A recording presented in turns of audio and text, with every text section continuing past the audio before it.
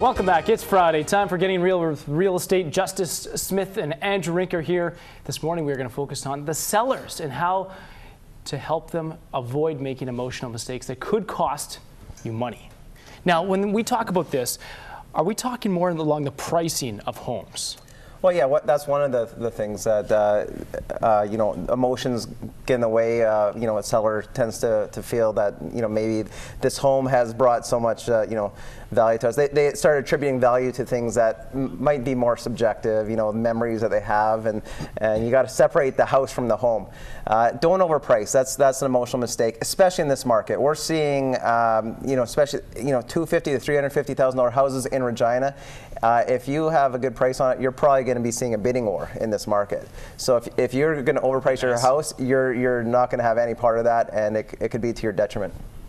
So another one too, be careful when rejecting offers. So if somebody offers you something, you would take your time, look at it then, I guess. Yeah, well, we're sort of referring to like early offers, I guess, because some sellers might get the mindset that, okay, we got an offer maybe the first day, second day, and they're thinking, well, maybe we underpriced the house, right? If we're getting an offer right off the start.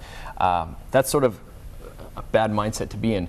The way you got to look at it is if you're pricing the house according to market value, you should have offers, in our market at least, off the bat quite quickly. So we don't want sellers to think that, because we've undervalued it, that, we don't have any offers coming in. Well, no, that's definitely not the case. A lot of open houses and showings. Should people be part of those? Yeah, that's an emotional mistake people make, is being present for showings. If you can avoid it, please do. Private sellers make that mistake often, because what's happening is you're trying to show the house. You feel that you know it better than anyone else. But what it really can come off is that you're really selling it. It's a hard sale.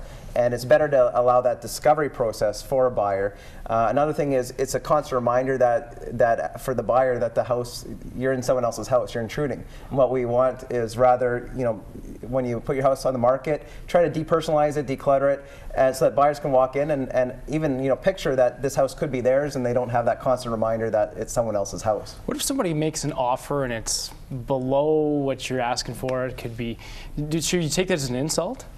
No, definitely not. I guess the way I would look at it is, if I had 10 people coming through my house to look at it and only one of them makes an offer, sometimes we get sellers that are a little upset that they might not have brought a good offer forth. Well, I look at it this way, and I say, listen, let's be mad at the other 9 people that didn't write an offer, right? They came into our house, they sort of had us leave while they could view it, and however long it took them.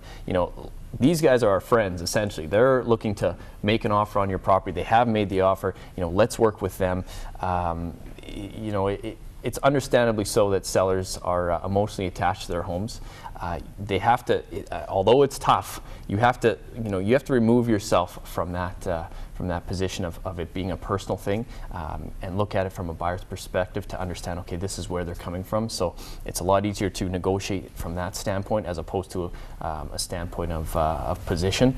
So in any case, it's something to definitely keep in mind.